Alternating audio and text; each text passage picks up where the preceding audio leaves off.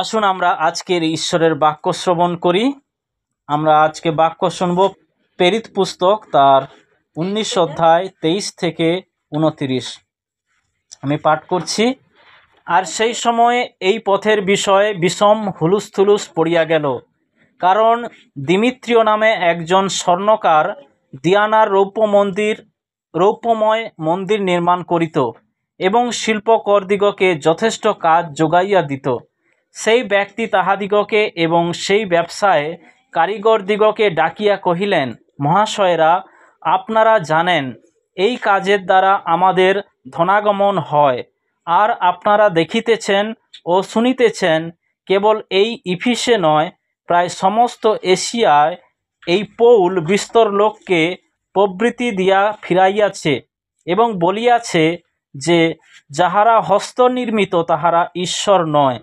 ইহাতে এই আশঙ্কা হইতেছে, কেবল আমাদের এই ব্যবসায়ের দুর্নাম হইবে তাহা নয়, কিন্তু মহাদেবী দিয়ানার মন্দির নগণ্য হইয়া পড়িবে। আবার যাহাকে সমস্ত এশিয়া এমনকি জগৎ সংসার পূজা করে, তিনিও মহিমাচ্যুত হইবেন। এই কথা শুনিয়া তাহারা ক্রোধে পরিপূর্ণ হইয়া উচ্চস্বরে বলিতে লাগিল, ইফিসীয়দের দিয়ানাই মহাদেবী। তাহাতে নগর গণ্ডগোলে পরিপূর্ণ হইল। পরে লোকেরা একযোগে রঙ্গভূমিতে বেগে দৌড়িল, আর মাকিদনিয়ার গায় ও আরিস্টার্খাস নামে পৌলের 2 জন সহযাত্রীকে ধরিয়া লইয়া গেল। ঈশ্বর তার বাক্যে আমাদের সকলকে আশীর্বাদ করুন, আমেন। খ্রিস্ট বিশ্বাসীরা জগতের মানুষের কাছে বড় আতঙ্কের। জয় যিশু। খ্রিস্ট বিশ্বাসীরা জগৎ সংসারের মানুষের কাছে একটা বড় আতঙ্ক, একটা ভয়ের কারণ। তো আজকের আমরা এখানে দেখব যে সাধু পৌল, প্রেরিত সুসমাচার প্রচারক পৌল, তিনি প্রচার করছেন ইফিসীয় বলে একটা স্থানে। ইফিসীয়, সে ইফিসীয় হচ্ছে প্রাচীন সময়ে রোম যে ছিল, রোম সাম্রাজ্যের একটা প্রদেশ ইফিসীয়। আর সেই ইফিসে পৌল সুসমাচার প্রচার করছে, অনেক অদ্ভুত কাজ হচ্ছে, অসুস্থরা সুস্থ হচ্ছে, এমনকি বলছে ভূতগ্রস্তরা বলছে ভালো হয়ে যাচ্ছে, মন্দ আত্মারা ছেড়ে চলে যাচ্ছে। পৌল এবং তার সহকর্মীরা সেই ইফিসে কি করতো, তারা প্রভুর বাক্য প্রচার করছিল। জয় যিশু। তো সেখানে প্রভুর বাক্য প্রচার করাতে বহু মানুষ যীশু খ্রিস্টকে বিশ্বাস করলো। আর এখানে আমরা দেখব 23 থেকে 29 পদে এখানে একটা ঘটনা ঘটেছে। যেই পৌল সুসমাচার প্রচার করছে, যিশুর পুনরুত্থান সম্পর্কে মানুষকে বলছে এবং অনন্ত জীবন সম্পর্কে শিক্ষা দিচ্ছে, আর যে মূর্তি পূজা নয় কিন্তু জীবন্ত ঈশ্বরের প্রতি তোমরা ফিরে আসো, যিনি আমাদের নির্মাণকর্তা, যিনি আমাদের বেঁচে থাকার জন্য শ্বাস প্রশ্বাস সব কিছু দিয়েছেন, সেই জীবিত ঈশ্বরের কাছে আসো, তোমরা জীবন পাবে। সে পৌলের কথায় মানুষ যখন সবাই বিশ্বাস করতে শুরু করলো, তখন কি হচ্ছে, কিছু মানুষের জন্য সেটা আতঙ্কের হলো, ভয়ের কারণ হয়ে গেল। কারণ তারা ভাবলো, বিশেষ করে এখানে একজনের নাম লেখা রয়েছে, দিমিত্রিয় নামে একজন স্বর্ণকার, যিনি হচ্ছেন দিয়ানার রৌপ্যময় মন্দির নির্মাণ করত। একজন স্বর্ণকার মানে একজন শিল্পী, যিনি হচ্ছেন কার মূর্তি নির্মাণ করত? দিয়ানা বলে একটা দেবী ছিল, রোমীয় দেবী, তার মূর্তি তারা নির্মাণ করত। আর এই দিয়ানার মূর্তি নির্মাণকারীর নাম ছিল দিমিত্রিয়। আর বলছে তিনি তার সমস্ত সহকর্মী যারা ছিল শিল্পকাররা, তাদেরকে একত্রিত করে তাদেরকে বলছে, দেখো বন্ধুরা, আমাদের জন্য বড় আতঙ্কের একটা কারণ এটা। কারণ আমরা কি করি, এই মূর্তি গড়ে বিক্রি করে আমরা ভরণ পোষণ করি, এটা আমাদের ব্যবসা, এটা আমাদের রুজি রোজগার। আর পৌল নামে একজন খ্রিস্টান, তখন খ্রিস্টানদেরকে কি বলা হতো এখানে লেখা রয়েছে, আর সেই সময় এই পথের বিষয় মানে বলা হতো খ্রিস্টানদেরকে দ্য ওয়ে, মানে পথ। যিশু কি বলছেন, আমি পথ, ওই জন্য খ্রিস্ট বিশ্বাসীদেরকে বলা হতো দি ওয়ে, মানে পথ। বলছে এই পথের বিষয়ে যারা শিক্ষা দিচ্ছে, হ্যাঁ, তো যিশুর কথা যারা বলতো তাদেরকে এই নামে তাদেরকে চিহ্নিত করা হতো। বলছে এই পৌল নামে একজন যে যীশুখ্রিস্টের প্রচারক তিনি শিক্ষা দিচ্ছেন, যাহারা হস্তনির্মিত তাহারা ঈশ্বর নয়। কি বলছেন? যাদেরকে হাতে গড়া হয়েছে তারা ঈশ্বর নয়। আর এটা সাধু পৌল তিনি বারংবারই শিক্ষা দিয়েছেন যে হস্তনির্মিত মানুষের গড়া মূর্তিকে নয়, যেটা হচ্ছে কাদা মাটি পাথর সোনা রূপা দিয়ে তৈরি, সেটাকে নয়, কিন্তু সৃষ্টিকর্তাকে উপাসনা করো। আর তিনি সেই এথেন্সেও সেটাই প্রচার করেছিলেন, যে মূর্তি আমরা তৈরি করছি, হ্যাঁ, আমরা তার সামনে ফল নিয়ে যাচ্ছি, আমরা তাকে খাওয়াচ্ছি, নাও খাও ভোজন করো, আমরা তাকে কাপড় দিয়ে ঢাকছি, আমরা তাকে সোনা দানা দিয়ে তাকে সাজাচ্ছি, কিন্তু তিনি তো ঈশ্বর। যিনি ঈশ্বর তার কি কোনো কিছুর অভাব রয়েছে? তার কি কানে দুল পরা দরকার রয়েছে, শাড়ির দরকার রয়েছে? তার তো সব কিছু। তাহলে আমরা তাকে কি দিয়ে তার সেবা করব? তার কোনো কিছুর প্রয়োজন হয় না। তো সেটাই পৌল বলছিলেন, আর তিনি সেটাই প্রচার করেছেন যে হাতে গড়া মানুষের কল্পনার কোনো কিছুকে নয়, কিন্তু জীবন্ত ঈশ্বরকে পূজা করো। আর যা কিছু আমরা তৈরি করি সেটা ঈশ্বর নয়। কারণ কি? ঈশ্বর যিনি জগৎ এবং তন্মধ্যস্থ সমস্ত বস্তুকে নির্মাণ করেছেন। হালেলুয়া! ঈশ্বর কি সমস্ত কিছু তৈরি করেছেন। তাহলে আমরা কি করে ঈশ্বরকে বানাতে পারি? আমরা যেটা বানাচ্ছি তাহলে কি সেটা ঈশ্বর হতে পারে? না। ঈশ্বর গড়েন, যদি আমরা গড়ছি তার মানে আমরা ঈশ্বর। হালেলুয়া! তাই হাতে গড়া নয়, কিন্তু যিনি একমাত্র সত্য সনাতন আদি অনন্তকাল থেকে রয়েছেন তার আরাধনা করো, তার পূজা করো। আমরা বাইবেলে বহু জায়গায় সেই আদি অনন্তকালের ঈশ্বর সম্পর্কে আমরা পড়েছি, সত্য সনাতন। বাইবেল আমাদেরকে বলছে সনাতন ঈশ্বরের প্রতি বিশ্বাস রাখতে, যে ঈশ্বর আদি অনন্তকাল থেকে আছেন, যুগ পর্যায়ে যুগে যুগে রয়েছেন। সেটা দ্বিতীয় বিবরণ যদি আমরা পড়ি 33 অধ্যায় 27 পদ লেখা রয়েছে, অনাদি ঈশ্বর তোমার বাসস্থান। হালেলুয়া! অনাদি ঈশ্বর তোমার বাসস্থান, মানে সনাতন ঈশ্বর তোমার বাসস্থান, যিনি যুগ পর্যায়ে যুগে যুগে রয়েছেন। আর তাই যীশুখ্রিস্ট কি বলেছিলেন?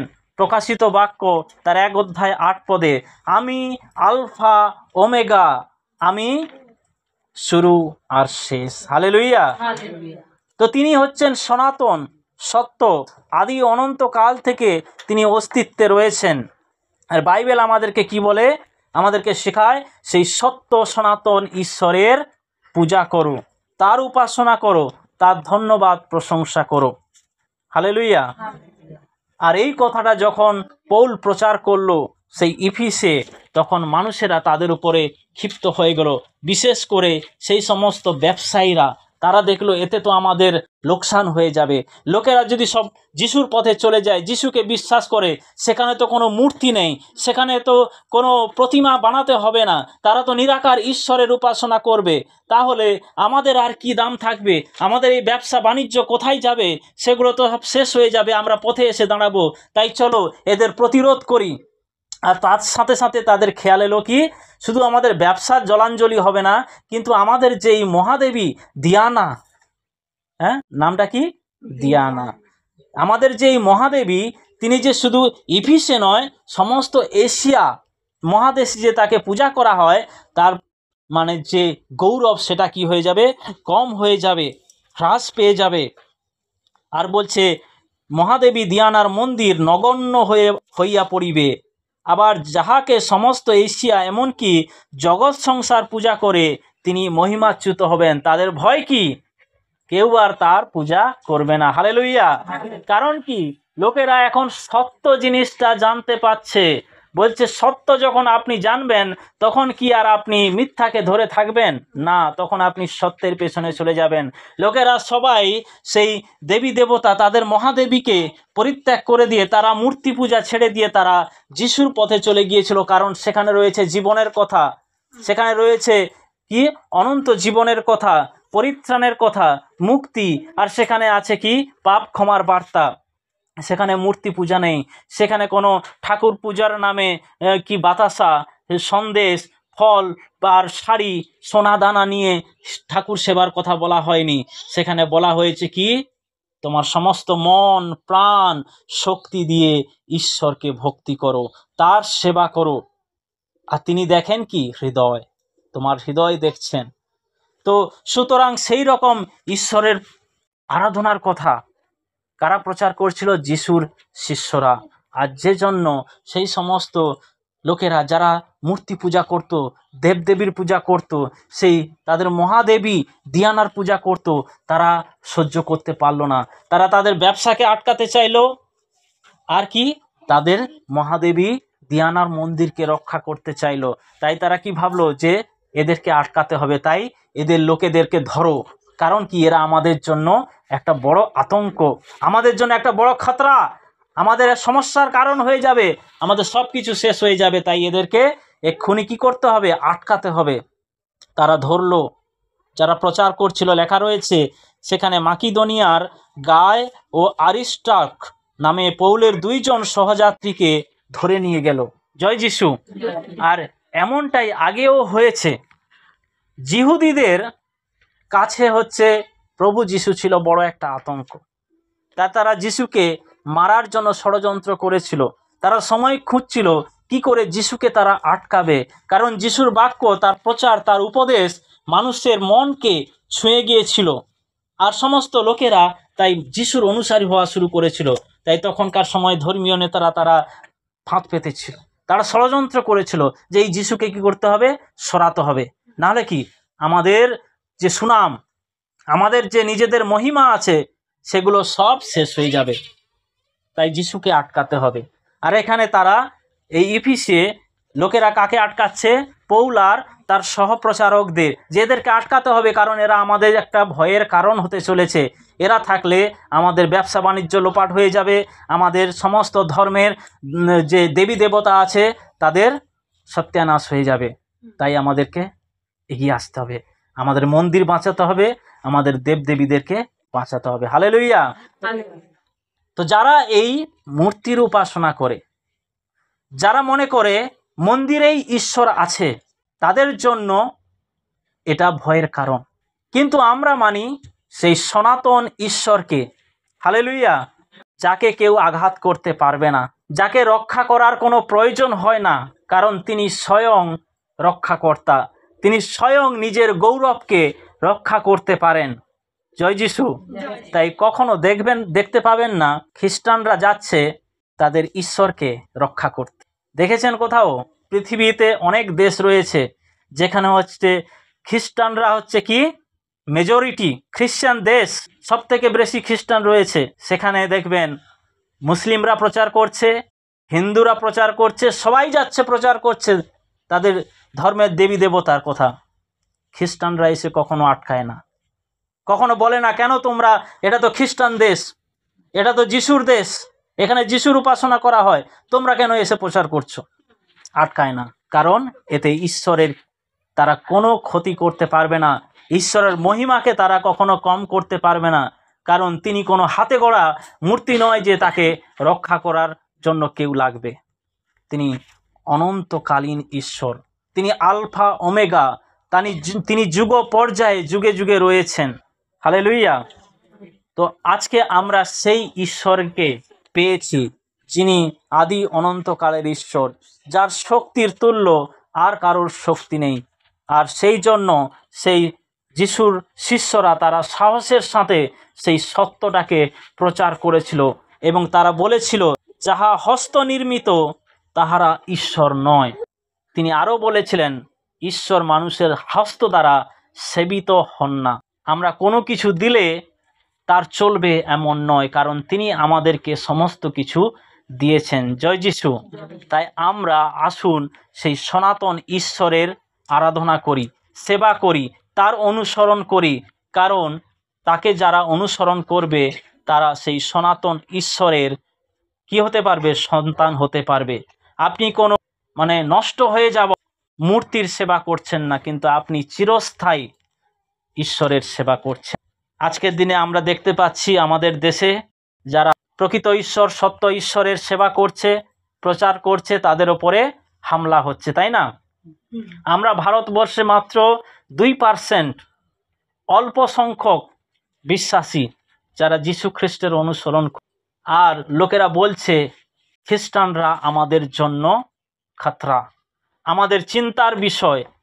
এই খ্রিস্টানরা আমাদেরকে, আমাদের ধর্মকে, আমাদের সমস্ত সংস্কারকে কি করতে পারে? জয় করে নিতে পারে। তারা আমাদের সেই ধর্মকে তারা কি করতে পারে? নিশ্চিহ্ন করে দিতে পারে। তারা ভয় পেয়ে যাচ্ছে। 100 কোটি মানুষ 2 কোটি মানুষকে ভয় পাচ্ছে। জয় যিশু। তাহলে আমরা চিন্তা করতে পারি আমাদের ঈশ্বরের ক্ষমতাটা কতটা রয়েছে। ঈশ্বর কি অদ্ভুত কাজ তিনি করতে পারেন যে 100 কোটি মানুষ 2 কোটি মানুষকে ভয় পাচ্ছে। কারণ খ্রিস্টানদের মধ্যে অদ্ভুত শক্তি রয়েছে। তারা প্রার্থনা করলে কাজ হয়, তারা কথা বললে কাজ হয়। জয় যিশু। আর তারা যে কাজগুলো করে সেই কাজে ঈশ্বরের নামের প্রচার হয়। তাই তাদের মতো হওয়া কারোর সাধ্য নেই। তাই তারা আটকাতে আসছে যে এদেরকে থামাতে হবে, এই 2 কোটি মানুষকে থামাতে হবে। কারণ এই 2 কোটি মানুষ 100 কোটি মানুষকে জিতে নিতে পারে, জয় করে নিতে পারে। এই 100 কোটি মানুষকে তারা যিশুর পথে নিয়ে আসতে পারে। তাই কি এদেরকে মারতে হবে, এদেরকে আটকাতে হবে, এদেরকে ধ্বংস করতে হবে। আজকে আমাদের কাছে এটাই বিষয় যে আমরা কোনো কিছুকে ভয় পাবো না, কিন্তু সত্য ঈশ্বরের আমরা সেবা করব। আজকে সেই মানুষেরা অক্ষয় ঈশ্বরের বদলে তারা যেটা ক্ষয় পেয়ে যাবে তার উপাসনা করত, তার মূর্তি নির্মাণ করত বলে আজকে তারা চিন্তার মধ্যে পড়ে গেছে যে আমাদের দেবদেবীর মহিমা গৌরব বিলীন হয়ে যাবে, মন্দিরগুলো সব শূন্য হয়ে পড়ে থাকবে। কারণ সমস্ত লোক যিশুর অনুসারী হচ্ছে। আমাদের ব্যবসা, আমাদের টাকা পয়সা ইনকাম সব বন্ধ হয়ে যাবে। কারণ আমরা আর মূর্তি গড়তে পারবো না, কারণ খ্রিস্টানরা মূর্তির পূজা করে না। জয় যিশু। তাহলে আমরা কোন দিকে যাব? আমরা কি সনাতন ঈশ্বরের দিকে যাব? যেটা সনাতন সেটা চিরস্থায়ী। ঈশ্বরের কোনো শুরু নেই, শেষ নেই, অবিনশ্বর। তিনি যুগ পর্যায়ে যুগে যুগে আছেন। কিন্তু যেটা ধর্ম, যে কোনো ধর্ম তার একটা শুরু রয়েছে। একটা সময় ছিল সেই ধর্ম ছিল না, একটা সময় থেকে সেই ধর্ম শুরু হয়েছে। তাই কোনো ধর্মের অনুসারী নই, আমরা কোনো ধর্মের অনুসারী নই, কিন্তু আমরা সেই সনাতন ঈশ্বর, সত্য ঈশ্বর, আদি অনন্তকালের ঈশ্বরের অনুসারী, তার সেবা আমরা করছি। তাই আমরা কখনো ভয় পাবো না, কখনো নিরুৎসাহ হব না। কারণ আমরা জানি আমরা সেই ঈশ্বরের সেবা করছি। যখন দানিয়েলকে সিংহের খাঁচায় ফেলে দেওয়া হয়েছিল, তাই তো, সিংহ তাকে স্পর্শ করতে পেরেছিল? কেন? বলছে স্বর্গদূত এসে সেই সিংহের মুখকে বন্ধ করে দিয়েছিল। আর রাজা যখন তাকে বাইরে আনলো তখন তিনি কি বললেন? যে দানিয়েলের ঈশ্বরের মতো এত শক্তিশালী ঈশ্বর আর কেউ নেই। তিনি অনন্তকাল স্থায়ী ঈশ্বর, তিনি সর্বশক্তিমান। জয় যিশু। তো সেই রকম আমরা বিশ্বাসে স্থির থাকব। আমরা জানতে পারবো যে আমরা যে ঈশ্বরের সেবা করছি তার কতটা ক্ষমতা রয়েছে, তিনি কি কি অদ্ভুত কাজ আমাদের জীবনে করতে পারেন। আর আমরা যদি তার উপরে ভরসা করি, আমাদের কোনো কিছুতে ভয় করতে হবে না। কারণ তিনি আমাদের সাথে আছেন, তিনি আমাদেরকে শক্তি, তিনি আমাদেরকে সাহস এবং আমাদেরকে পরিচালনা দেবেন। ঈশ্বর তার বাক্যে আমাদের সকলকে আশীর্বাদ করুন। আমেন।